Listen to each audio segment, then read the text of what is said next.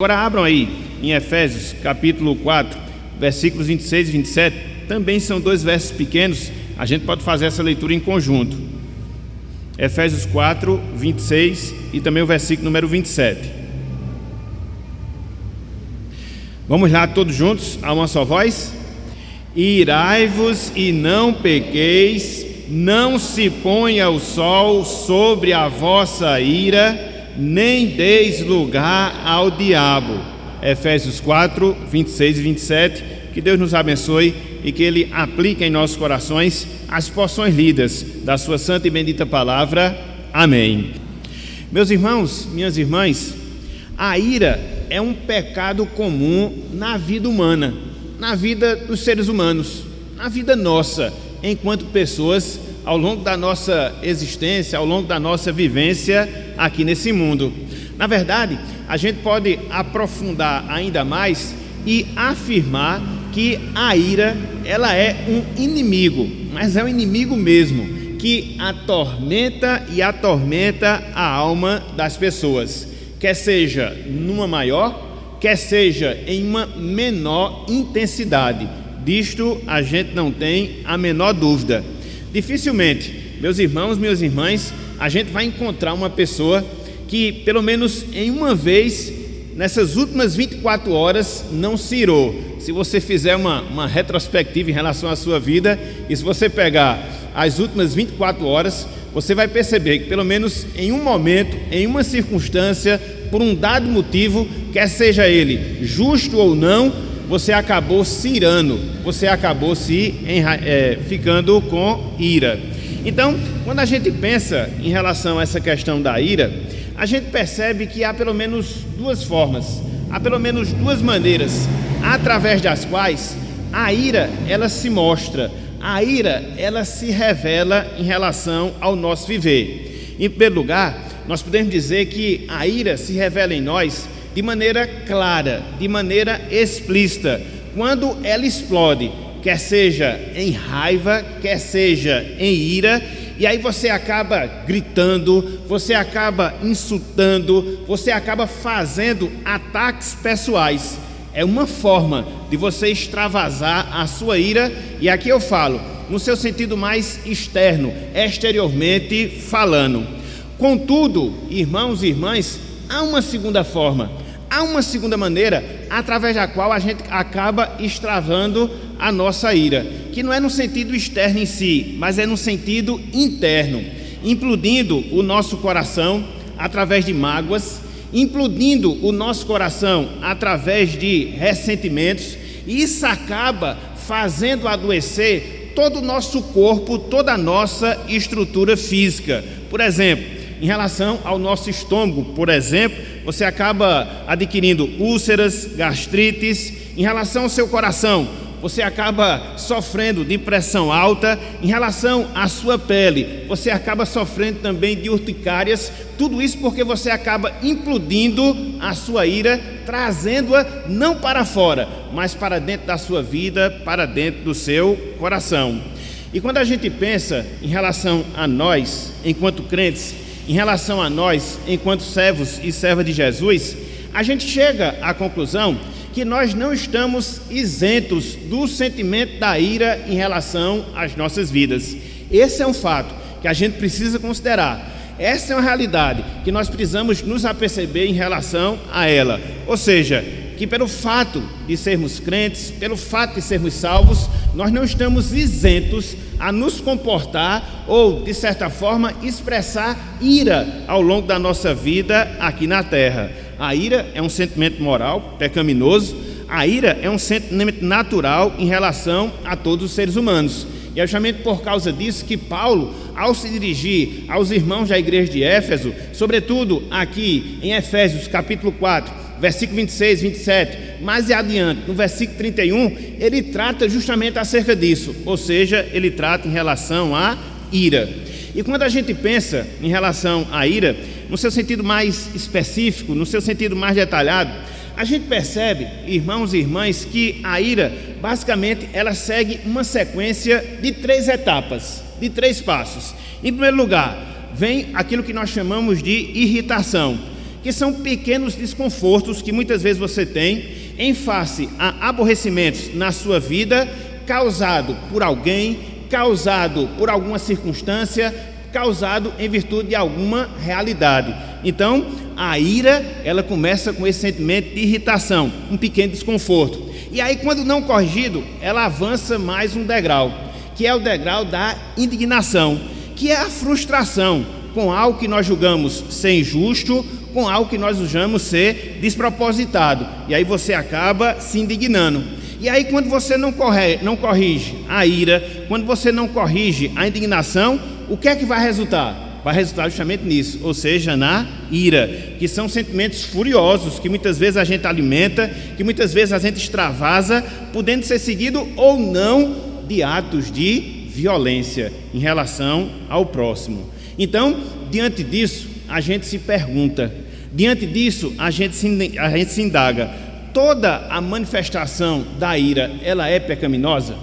Toda manifestação da ira, ela é pecado em si? Se sim, se toda manifestação da ira é pecaminosa, como é que a gente deve contê-la? Como é que a gente deve segurá-la?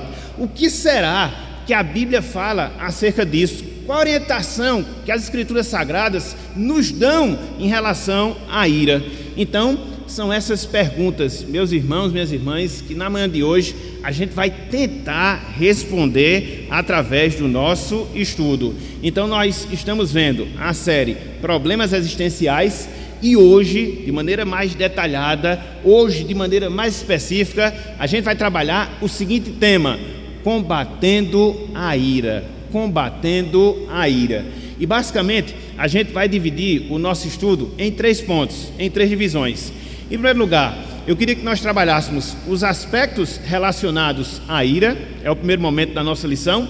Posteriormente, eu queria que nós considerássemos algumas situações em que nós acabamos manifestando a nossa ira. Eu queria ver pelo menos 3 ou 4. E depois, na parte final do nosso estudo, eu queria que nós víssemos alguns passos, algumas ações, algumas atitudes que nós devemos ter para que nós possamos combater a ira na nossa vida. E aí fechar com uma breve conclusão. Então, basicamente, serão os 3 pontos, será o roteiro que nós iremos considerar, que nós iremos estudar na manhã de hoje. Então vamos lá. Em primeiro lugar, aspectos da ira. Em primeiro lugar, aspectos da ira. Antes de mais nada, irmãos e irmãs, nós precisamos fazer uma afirmação, que de certa forma ela precisa ser considerada quando você estuda esse tema, quando você estuda esse assunto. E qual é essa afirmação que nós devemos fazer? A afirmação é simples, ou seja, nem toda ira em si ela é pecaminosa. Preste atenção nisso. Nem toda ira em si ela é pecaminosa. A gente pode até descer a mais detalhes e afirmar que Deus nos dotou com esse sentimento, ou seja, o sentimento da ira. Se você analisar bem, em algumas circunstâncias, em alguns momentos, a apatia ela acaba sendo pecaminosa diante dos olhos de Deus, diante dos olhos do Senhor.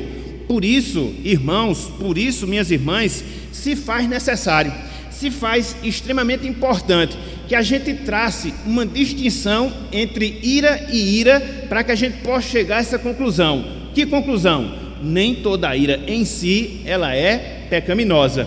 Então, quando você pensa em relação à ira, você vai observar que existem 2 tipos de ira. Existem 2 tipos de ira. Em primeiro lugar, existe aquela ira que nós chamamos de ira justa. Em primeiro lugar, existe aquela ira que nós chamamos de ira justa, ou seja, é um sentimento de indignação, é um sentimento de revolta que se volta contra tudo aquilo que é vil, contra tudo aquilo que é pecaminoso, contra tudo aquilo que é blasfemo. Então, quando você fica indignado, quando você fica irado diante dessas situações, daquilo que é vil, daquilo que é pecaminoso, daquilo que é blasfemo, sobretudo quando se volta em relação a Deus, e você se ira com isso, isso é uma ira justa, e ela não é em si pecaminosa, porque quando você olha para a palavra de Deus, você vai perceber vários exemplos de demonstrações de ira que em si não são ruins, que em si não são pecaminosas. Por exemplo, A Bíblia nos diz que Deus, ele se ira com a maldade, com a pecaminosidade das pessoas. E não só Deus se ira, ele age com juízo, ele age com justiça. Abram aí, bem rapidinho, Carta de Paulo aos Romanos, capítulo 1. Carta de Paulo aos Romanos, capítulo 1, versículo 18. Você vai ver a ira sendo manifestada pela pessoa de Deus. Romanos capítulo 1, versículo 18. Romanos capítulo 1, versículo 18.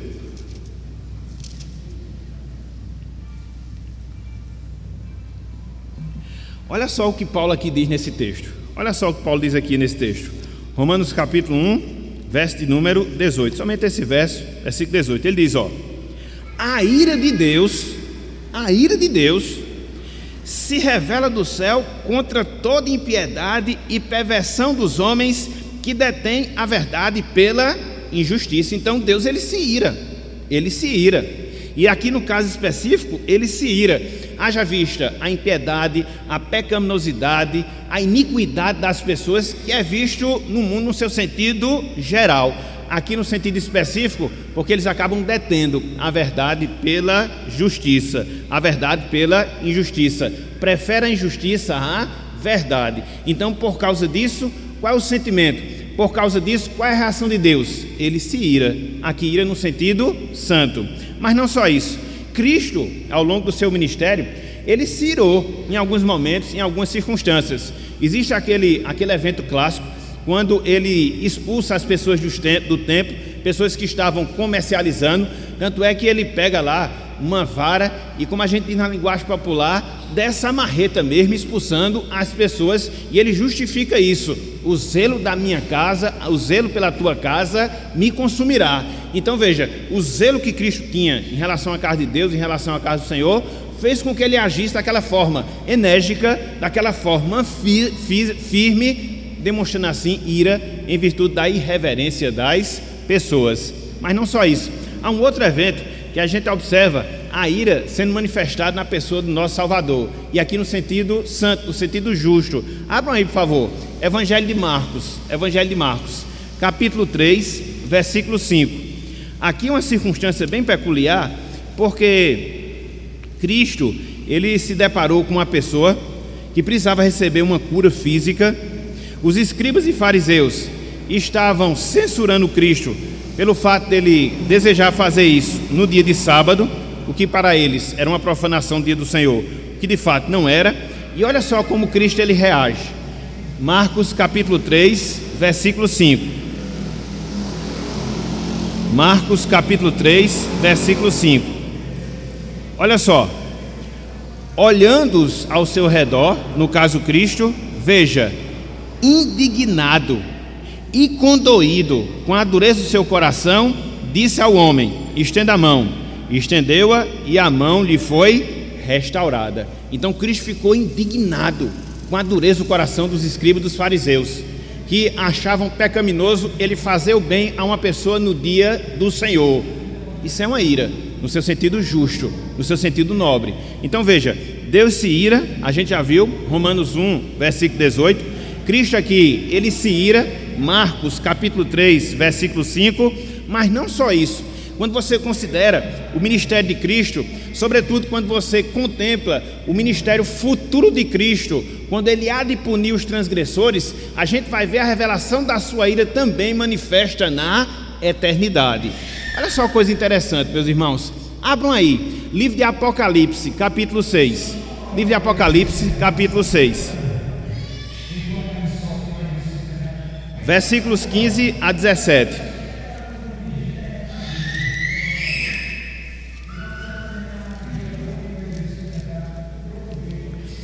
Aqui, futuro, punição dos ímpios, a revelação da ira do cordeiro. É até uma coisa contraditória, né? O cordeiro, que é um animal manso, né, se irando. Então, a gente vai ver isso justamente da pessoa de Cristo aqui, exercendo a sua justiça. Apocalipse, capítulo 6, versículos 15 até o versículo número 17. Olha só o que diz aqui o texto da palavra, Os reis da terra, os grandes, os comandantes, os ricos, os poderosos, e todo escravo e todo livre se esconderam nas cavernas e nos penhascos dos montes. E disseram aos montes e aos rochedos: cai sobre nós, e escondei-nos de quê? Da face daquele que se assenta no trono, e o que mais? E da ira do Cordeiro, porque chegou o grande dia da ira deles. E quem é que pode suster-se? Então haverá o dia em que o Cordeiro de Deus, Cristo nosso Salvador, exercerá justiça através da sua ira. Ira no seu sentido justo, ira no seu sentido nobre. Então veja, Deus se irando, Cristo se irando, e servos do Senhor se irando com circunstâncias também contrárias e pecaminosas. Veja aí o exemplo de Neemias, livro de Neemias, capítulo 5. Abram aí, livro de Neemias, capítulo 5, versículo 6. Aqui é interessante, porque Neemias ele vai se irar com uma injustiça. Que injustiça? A opressão que estava sendo feita aos judeus que estavam voltando do exílio, que estavam sendo oprimidos financeiramente falando e que estavam sendo obrigados a vender filhos e filhas como escravos para poder ter os recursos financeiros e se alimentar. Então Neemias ele percebe isso e ele fica irado com a injustiça. Olha só, Neemias capítulo 5, versículo 6. Neemias capítulo 5, versículo 6. Olha só o que nos diz aqui, ó. Ouvindo eu, pois, o seu clamor e estas palavras, muito me aborreci. Era algo injusto. As pessoas estavam pobres, tentando reconstruir a vida ali em Jerusalém. Foram para lá para poder reconstruir a cidade. Estavam sendo oprimidas financeiramente falando. E Neemias ficou aborrecido por causa disso, irado por causa disso. Porque a gente não pode, meus irmãos, minhas irmãs, diante de uma situação de injustiça contra o próximo, ficarmos apáticos, indiferentes, como se nada tivesse acontecendo. Não, nesse sentido a apatia ela é pecaminosa, a apatia ela é contrária à vontade do Senhor. Então todos esses exemplos eles foram dados para mostrar justamente isso. Mostrar o quê? Esse primeiro aspecto da ira, que nós chamamos de ira justa, que não é pecaminosa na sua natureza em si. Contudo, meus irmãos, minhas irmãs, há um segundo tipo de ira. Essa aqui é negativa, que nós chamamos de ira pecaminosa. O que é essa ira? É o sentimento de indignação que se volta contra pessoas, é o sentimento de indignação que se volta contra circunstâncias através das motivações erradas.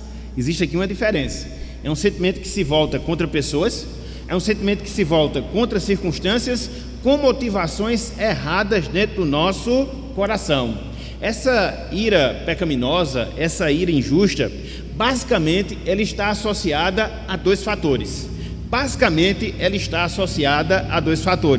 O primeiro fator, o desejo que nós temos de ter tudo sob o nosso controle. Então, quando algo foge ao nosso controle, infelizmente a gente tem essa tendência de nos irar com essa fuga ao nosso controle. Isso acaba mudando ou motivando a nossa ira. Mas não só isso. O segundo aspecto é a indisposição de sermos contrariados. A gente tem aquela vontade posta, aquela vontade fixa na nossa vida. Quando algo acontece que ela não é satisfeita, qual é o sentimento que vem no nosso coração? Ira, raiva, indignação. Então isso é o que nós chamamos de ira pecaminosa. E quando você olha para a palavra de Deus, quando você olha para as escrituras sagradas, você percebe que esse sentimento, essa ira pecaminosa, ela é extremamente reprovada pelo ensino da palavra, pelo ensino da Bíblia. Abram aí, por favor, carta de Tiago, capítulo 1, versículo 20. Carta de Tiago, capítulo 1, versículo 20. Olha só a recomendação que nós temos aqui contra a ira. Aqui, ira no seu sentido pecaminoso. Olha só, essa constatação aqui chega Tiago. Tiago, capítulo 1, versículo 20.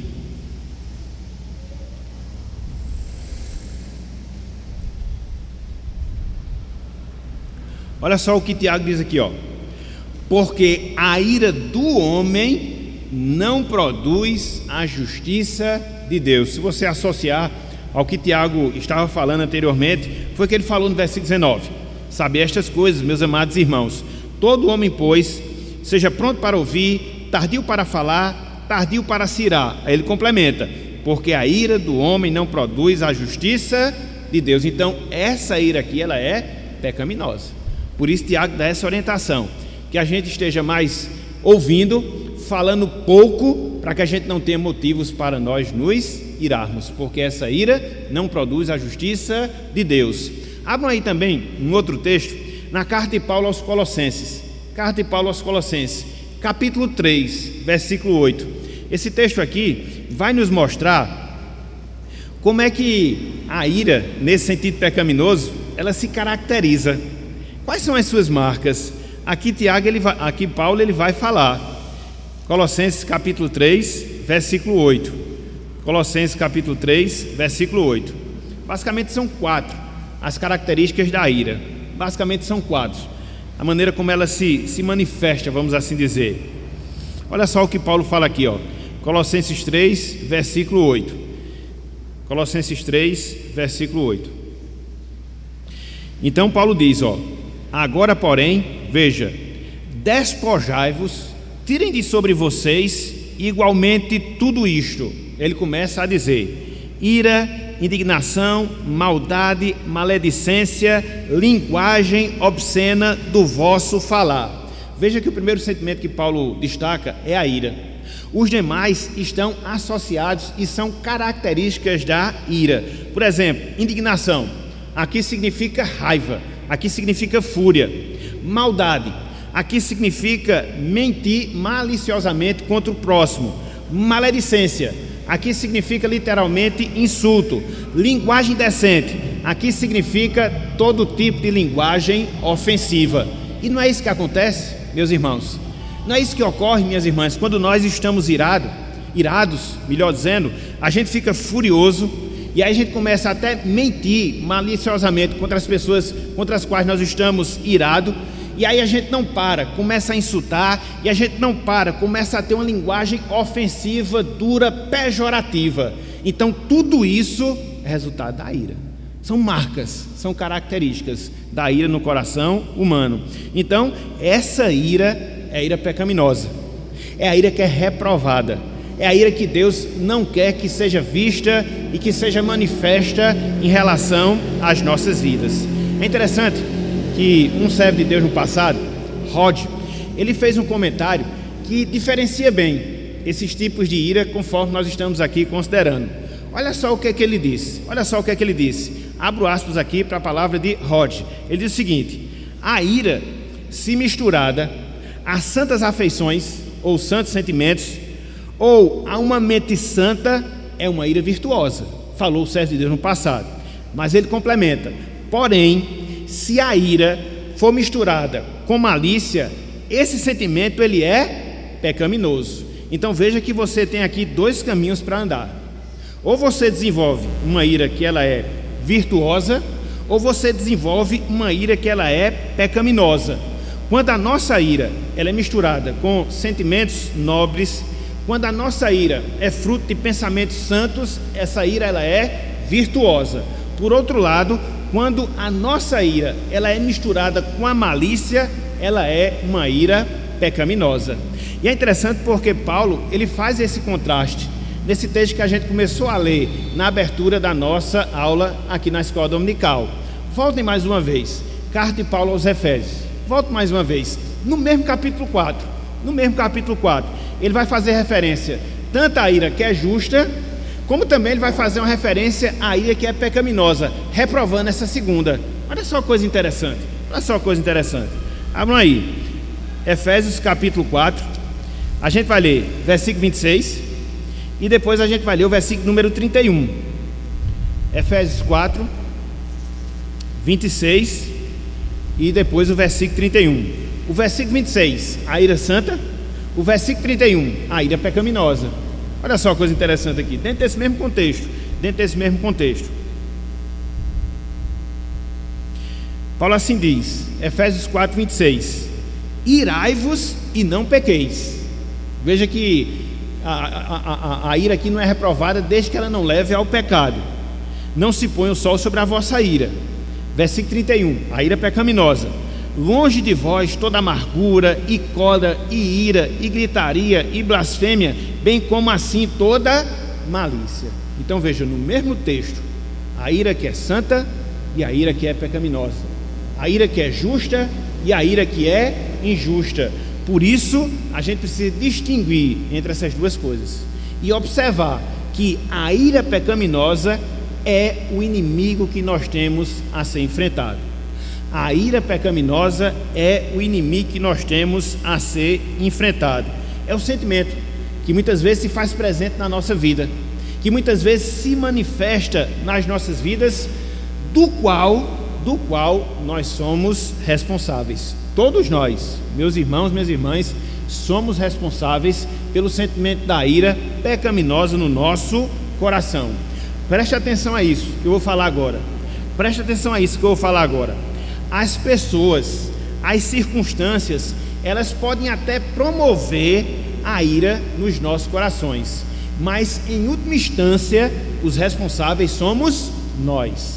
Por que eu estou dizendo isso? Porque às vezes a gente procura terceirizar a responsabilidade, e muitas vezes as pessoas nos tiram do sério, muitas vezes as pessoas nos fazem com que nós fiquemos irados, e é o que acontece? Ao invés de nós considerarmos e focarmos no pecado da nossa ira, a gente começa a justificar a nossa ira por causa da atitude e da postura das pessoas em relação a nós.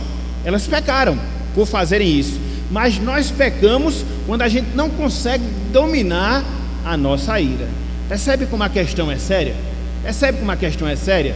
Então veja, pessoas, circunstâncias promovem ocasiões para que a gente se ire, mas a responsabilidade pelo pecado da ira é meu, é seu, é de todos nós. Então existe essa diferenciação, porque muitas vezes a gente se ira, muitas vezes a gente fica com raiva e aí justifica: não, eu agi daquela maneira porque a pessoa fez isso, não, eu agi daquela maneira porque a pessoa procedeu dessa maneira comigo.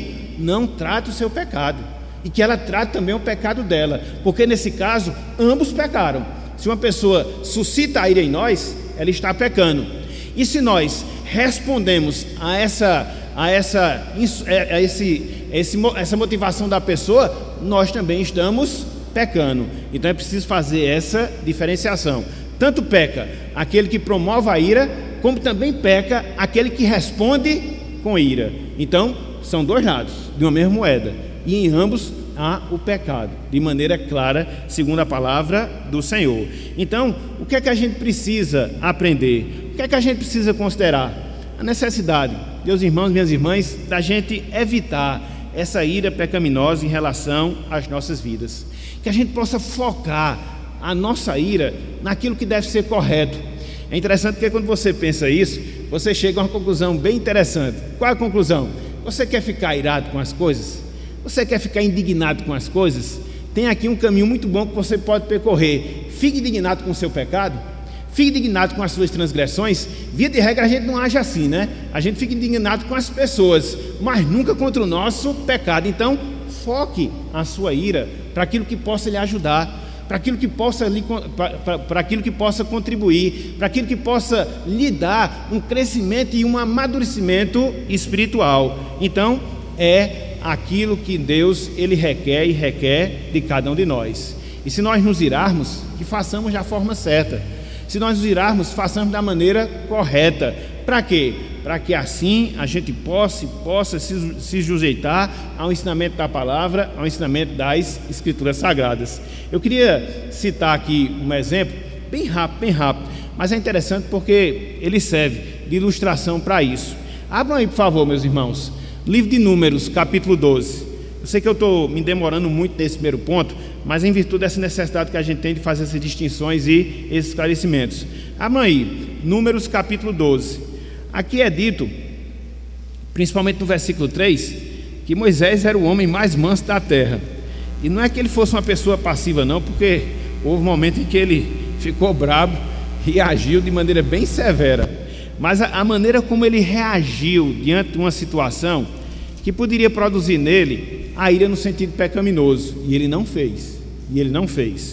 Olha só, Números capítulo 12, a gente vai ler verso 1 até o verso 3, e depois a gente pula para o versículo 13. A história toda é interessante, mas como vai demorar muito se a gente ler, eu vou aqui resumir de maneira bem curta. Números 12, versículos de 1 a 3. Olha só: falaram Miriam e Arão contra Moisés, por causa da mulher cuxita que tomara, pois tinha tomado a mulher cuxita. Cá para nós, Arão e Miriam, eles não falaram de Moisés por causa da mulher em si. Eles estavam enciumados com Moisés pelo fato de Moisés ser o homem que representava Deus junto a Israel.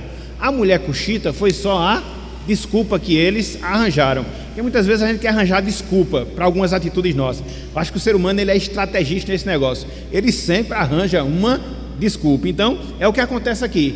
Eles falaram de Moisés, e repito, não por causa da mulher cuxita, mas por causa do ciúme que eles estavam tendo de Moisés. E olha só como isso fica revelado no versículo 2. Olha só como isso fica revelado no versículo 2.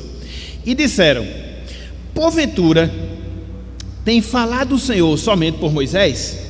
Não tem falado também por nós? O Senhor o ouviu. Então veja que aqui o problema não era a mulher cuxita. O problema aqui é que eles estavam com ciúmes de Moisés. Então foi só a justificativa. E qual foi a reação de Moisés?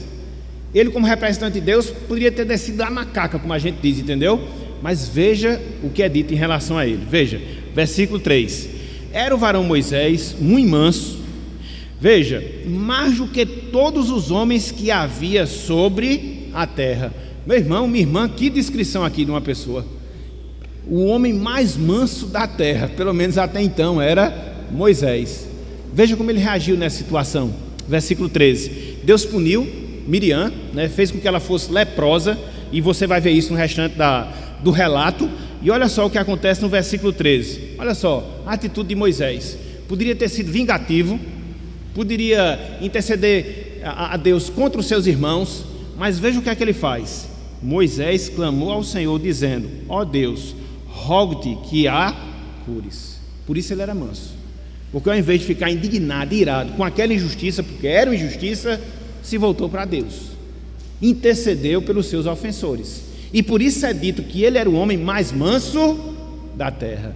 Veja, meus irmãos, observe, minhas irmãs, o quanto que a gente tem a aprender num exemplo como esse, que a gente tem uma facilidade, eu mesmo tenho uma facilidade grande mesmo de se irar.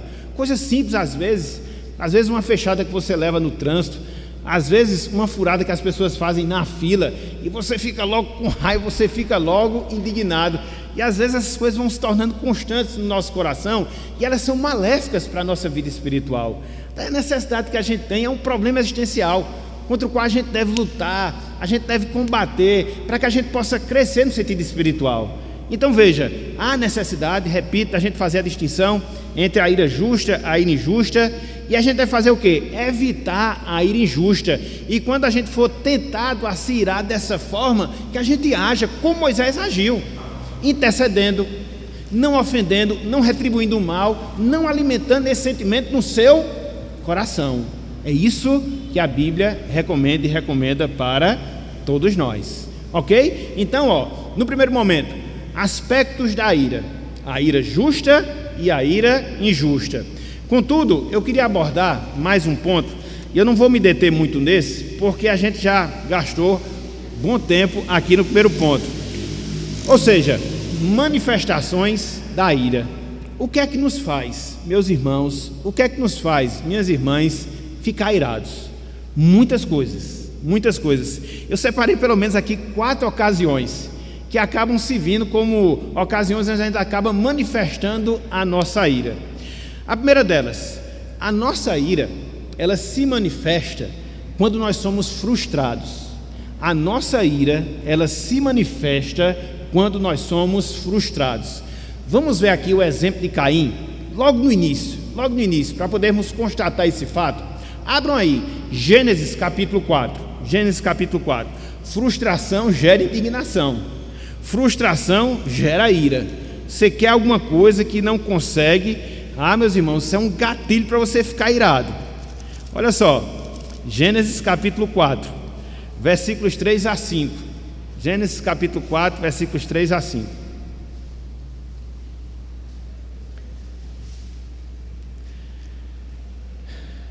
Olha só, aconteceu que no fim de uns tempos, trouxe Caim do fruto da terra uma oferta ao Senhor. Verso 4. Abel, por sua vez, trouxe das primícias do seu rebanho e da gordura deste. Agradou-se o Senhor de Abel e de sua oferta, ao passo que de Caim e de sua oferta não se agradou, porque não foi da primícia, não foram das primícias. A oferta não foi fruto das primícias do trabalho de Caim. Qual foi a atitude dele? Qual foi o sentimento? Irou-se, pois, sobremaneira Caim e descaíre o semblante. Ficou logo com o rosto, o semblante transtornado, porque a sua expectativa não foi satisfeita. Ele esperava que a sua oferta fosse recebida, assim como foi recebida a oferta do seu irmão Abel.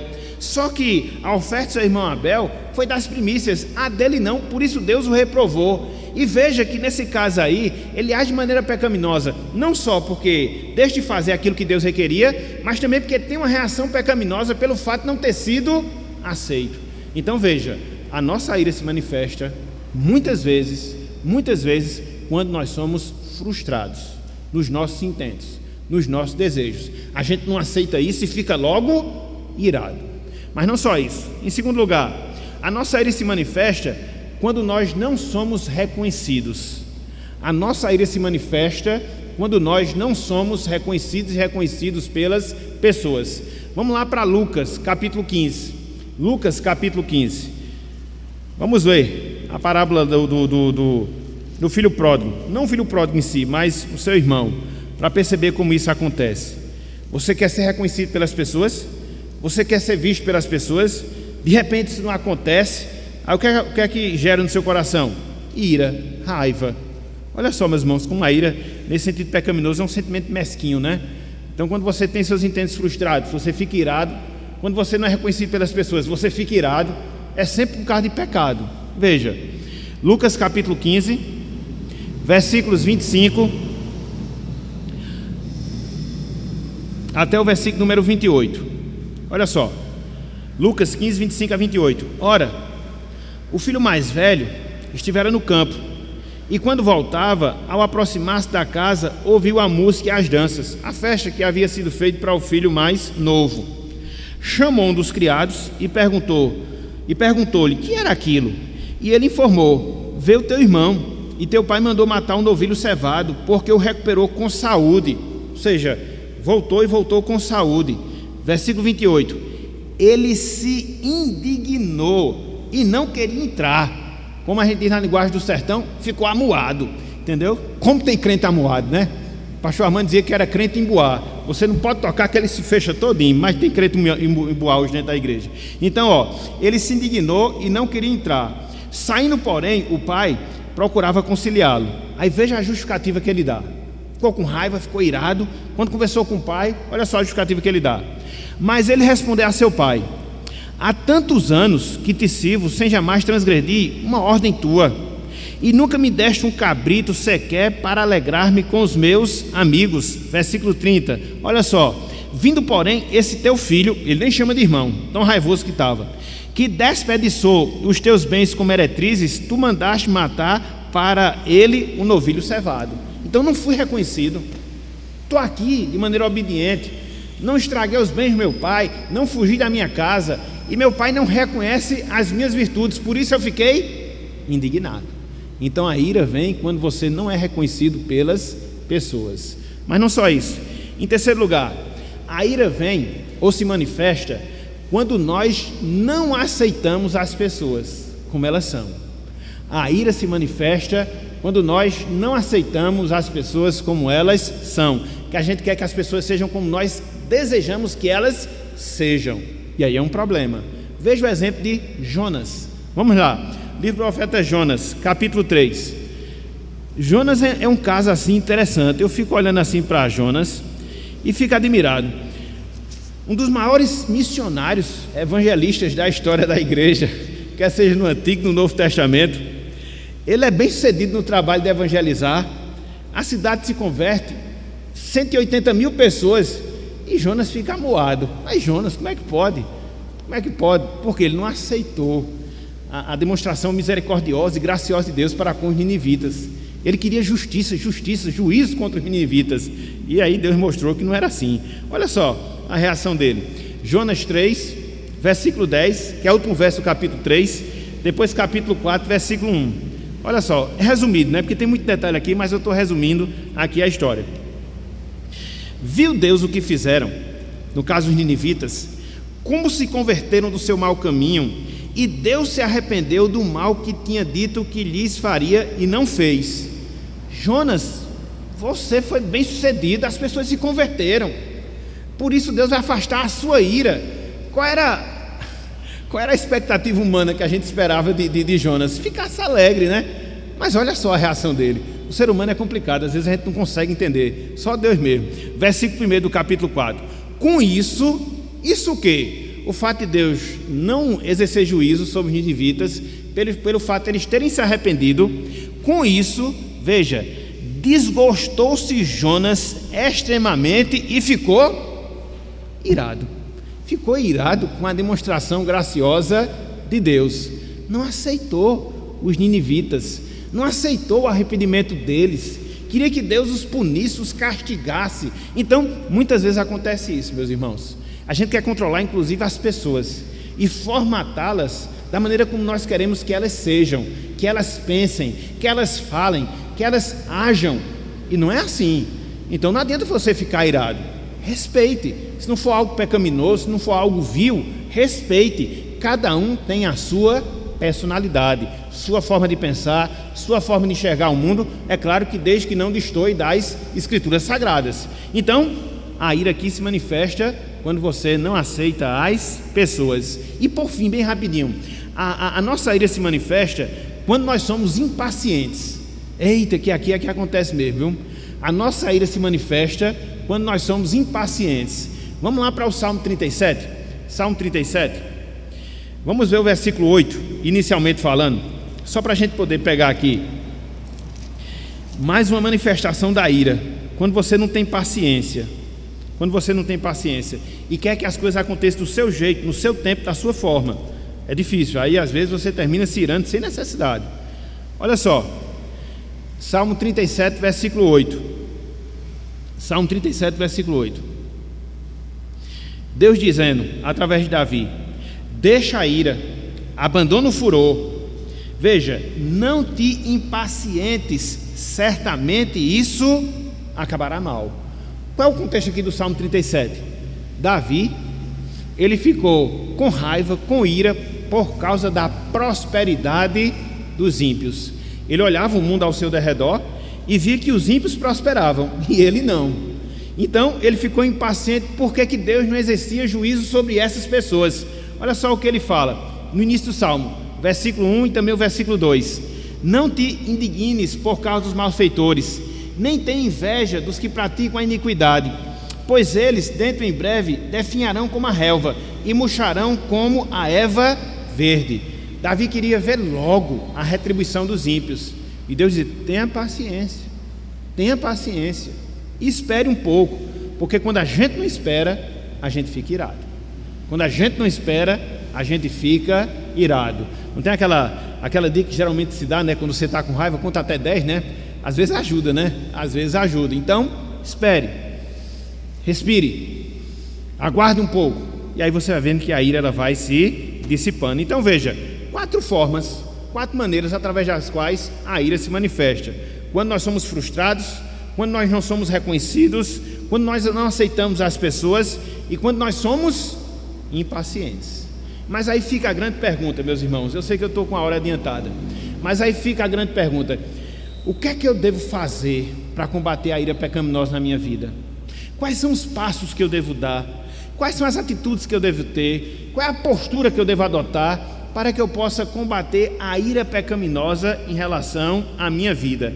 E eu anotei aqui pelo menos 1, 2, 3, 4 passos, 4 passos bem simples, bem diretos, que nós podemos dar dentro dessa luta contra a ira pecaminosa. Em primeiro lugar, meus irmãos, minhas irmãs, a gente não pode alimentar a nossa ira. Em primeiro lugar, a gente não pode alimentar a nossa ira. Veja o que diz, mais uma vez, o livro de Efésios. Voltem aí, Efésios capítulo 4. Efésios capítulo 4. Não alimentar a ira. Não alimentar a ira.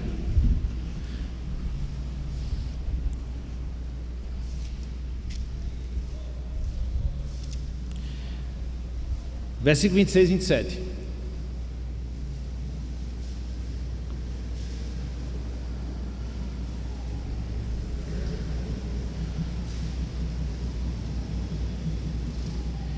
Olha só o que Paulo diz aqui, ó. Versículo 26 e 27. Irai-vos e não pequeis.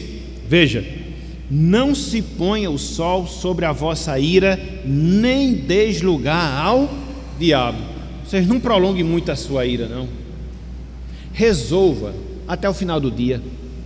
Porque quando você não resolve, a ira guardada no seu coração, e ela passa para outro dia, Satanás vai ter um campo fértil para poder trabalhar e gerar mágoa, ressentimento, ódio, vingança e todo tipo de sentimento ruim, de atitude pecaminosa na sua vida. Então, não deixe o dia acabar. Resolva logo isso, trate logo isso, vá às pessoas se for necessário, coloque diante de Deus, mas durma sem ira no seu coração. Porque se você vai alimentando e vai remoendo, e vai remoendo, e vai remoendo, e é interessante porque quando acontece isso, não faltam pessoas para incitar ainda mais, para a gente poder ficar mais irado ainda. É isso mesmo, entendeu? Você devia fazer assim também. Nunca aparece ninguém que venha modelar, que venha arrefecer os ânimos, né? É aquele negócio, sempre se procura apagar incêndio com gasolina. Então, aumenta mais ainda. Aumenta mais ainda. Então, não alimente a sua ira. Não alimente a sua ira. Veja o caso de Caim. Ele alimentou a ira. O que foi que resultou? Morte. Matou o irmão. Por quê? Não tratou essas coisas. E é interessante porque no caso de Caim, você vai ver que Deus ainda fala para ele: Caim, segura as pontas. A ti compete combater o mal, dominar o mal. Mas acabou que ele não dominou e acabou assassinando o seu irmão. Então, a gente tem que ter esse cuidado. Que cuidado? De não alimentar a nossa ira. Tem um texto aqui que não vai dar tempo para ler, mas se vocês quiserem anotar dentro desse ponto, Eclesiastes 7:9. Eclesiastes 7:9, que fala também sobre isso, de você não estar alimentando a ira no seu coração. Eclesiastes capítulo 7, versículo 9. Na verdade, se você quiser o estudo, depois eu posso passar para você. Então, em segundo lugar, não extravase a sua ira. Em segundo lugar, não extravase a sua ira. Você não pode alimentar e, além disso, você não pode extravasar a sua ira. É o que ele fala no versículo seguinte, ou no versículo mais adiante. Veja aí o que nós temos no versículo 29. Olha só, Efésios capítulo 4, versículo 29. Olha só o que diz aqui Paulo, ó. Não saia da vossa boca nenhuma palavra torpe, e se unicamente a que for boa para edificação, conforme a necessidade. Veja, e assim transmita graça aos que ouvem. Gente, a nossa língua é o instrumento através do qual se revela a nossa ira, pelo menos em grande parte. Porque quando você se ira, via de regra, você vai usar a sua língua para difamar a pessoa, para falar mal dela, para gritar, para se enraivecer. Então, o que é que você deve fazer? Contenha a sua língua. Não fale. Existe um ditado popular que eu acho que é uma verdade séria e que é extremamente aplicado em nossa vida. Que ditado é? Quando um não quer, dois não. Quando um não quer, dois não. Então, se a outra pessoa está ali, ó, lhe instigando, não decorda, não fale, silencie, saia, porque se você for falar, se for bater boca, não dá, o negócio vai degringolar. Então tem hora, meus irmãos, tem hora, minhas irmãs, que o melhor remédio que a gente toma em relação a essas situações é: acabou. Pode até ser que ela não se contenha, problema dela, mas é como diz Paulo, e se for falar, fale palavras que edifiquem, fale palavras santas, piedosas. E aí você vai arrefecendo a ira no seu coração. Então, é isso que a palavra de Deus nos ensina. Então, a gente não deve alimentar a ira, a gente não deve extravasar a ira, a gente não deve agir com ira. Olha só, versículos 31 e 32, do mesmo capítulo 4 de Efésios. A gente não deve agir com ira. Olha só o que Paulo fala aqui, ó. Longe de vós toda amargura e cólera e ira e gritaria e blasfêmia, bem como assim toda malícia. Versículo 32. Antes, sede uns para com os outros, benignos, compassivos, veja, perdoando-vos uns aos outros, como também Deus em Cristo vos perdoou. Perdoe, perdoe, não haja com ira, não retribua com o mal, não, que se estanca a situação. E aí, use o recurso do perdão, e aí você vai combater a ira dentro do seu coração. Olha só o que diz aí, Provérbios capítulo 10, versículo 12. Provérbios capítulo 10, versículo 12. E é interessante porque domingo que vem a gente vai complementar esse estudo. Domingo que vem é o seguinte: combatendo o ressentimento. Então, se você não resolve o problema da ira, o que é que vai gerar em você? Ressentimento e mágoa. E o que é que a gente vai fazer? Domingo que vem você acompanha o estudo, entendeu? Que complementa essa parte se ela não for ainda resolvida, ok? Então vamos lá, Provérbios 10, versículo 12. O ódio excita contendas, mas o amor cobre todas as transgressões. Irmão, se você tiver de pagar o mal com o mal que as pessoas lhe fazem, você vai virar um Rambo cristão, sair matando todo mundo, porque não dá, não é não, Márcio? O Rambo cristão é bom, né? Eu inventei esse negócio agora, né? Porque se você for retribuir todo o mal que você recebe, é complicado, é complicado, é complicado. Então, não tem como fugir, não tem como fugir, entendeu? É como diz a música, né? Que Deus nos livre da maldade de gente ruim, como é que fala? Da bondade de gente ruim e da maldade de gente boa. Então, você vai sempre ter, não tem como você fugir. Então o que é que você faz? Desvia, não age com ira, não age com ira, ok? E em quarto lugar, haja com bondade, haja com bondade, combata a ira com amor, combata a ira com bondade. Aí você diz: pastor, isso é difícil, eu sei, e somente uma pessoa cheia do Espírito é que pode agir dessa forma, mas nós podemos, porque eu parto do pressuposto que todos nós somos salvos, e consequentemente nós temos o Espírito Santo, e por isso nós temos as condições de agir de acordo com o ensino da palavra. Então, em quarto lugar, haja com bondade, haja com bondade. Abram aí, Romanos capítulo 12. Estou fechando a aula, viu gente? Estou fechando a aula. Romanos capítulo 12. Eu sei que hoje a aula foi um tanto agitada, nesse som que fica aí fora, até o próprio ambiente que a gente vive, mas vamos arrefecer, vamos nos tranquilizar e seguir adiante. Romanos capítulo 12. Que por coincidência, na verdade, coincidência não existe, que por providência é o texto que a gente está recitando na nossa escola bíblica dominical. 12, Jonatas, 12, Romanos 12, versículos 19 até o versículo 21. Haja com bondade e deixe Deus agir. Haja com bondade e deixa Deus agir. Olha só o que Paulo fala, ó. Não vos vingueis a vós mesmos, amados, mas dá lugar à ira, no caso a ira de Deus, porque está escrito: a mim pertence a vingança, eu quem retribuirei, eu é que retribuirei, diz o Senhor. Pelo contrário, se teu inimigo tiver fome, dá-lhe de beber, se tiver fome, se tiver sede, dá-lhe de beber, porque fazendo isto, amontoarás brasas vivas sobre a sua cabeça. Versículo 21. Não te deixes vencer do mal, mas vença o mal com o bem. Somos novas criaturas, somos novas criaturas, e esse é o desafio que recai sobre nós. O mal vem, e aí você repele com mais mal? Não, você repele com bem, e assim a gente vai, para que dessa forma a gente possa combater o sentimento iracundo do nosso coração. Então, ó, quais são os 4 passos básicos que nós devemos dar para que assim a gente possa combater a ira na nossa vida? não alimente a ira, conforme nós vimos, não extravase a ira, não haja com ira e substitua a ira pela bondade, haja com bondade. 4 passos bem básicos, bem diretos, para que a gente possa vencer a ira no nosso coração. Fechando, meus irmãos, o gigante da ira, ele sempre se coloca diante de nós. Para quê? Para poder nos destruir. E o que é que a gente pode fazer diante desse gigante da ira que muitas vezes se coloca na nossa vida?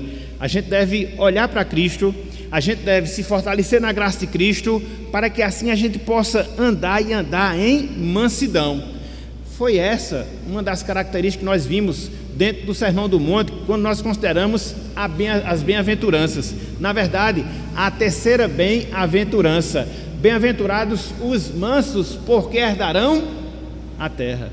Então, olhe para Cristo, foque nele, que foi manso e humilde de coração, recorra à sua graça, clame pela sua misericórdia, se fortaleça na sua força, para que assim você possa combater o sentimento da ira na sua vida e no seu coração, sabendo que não é tarefa fácil,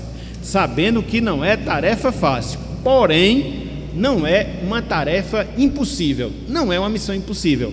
Pela graça, pela misericórdia, através da atuação do Espírito Santo, a gente pode sim derrubar esse gigante na nossa vida e assim vencê-lo para a glória do nosso Deus. Portanto, meus irmãos, minhas irmãs, que Deus ele nos abençoe, que Ele nos conceda graça, e não fique admirado se até chegar em casa você for tentado a agir com a ira pecaminosa. Faz parte da aplicação do estudo na manhã de hoje, e isso vai ser ao longo de toda a semana, mas nos lembremos daquilo que Deus nos ensinou e nos instruiu através da sua palavra nesta oportunidade.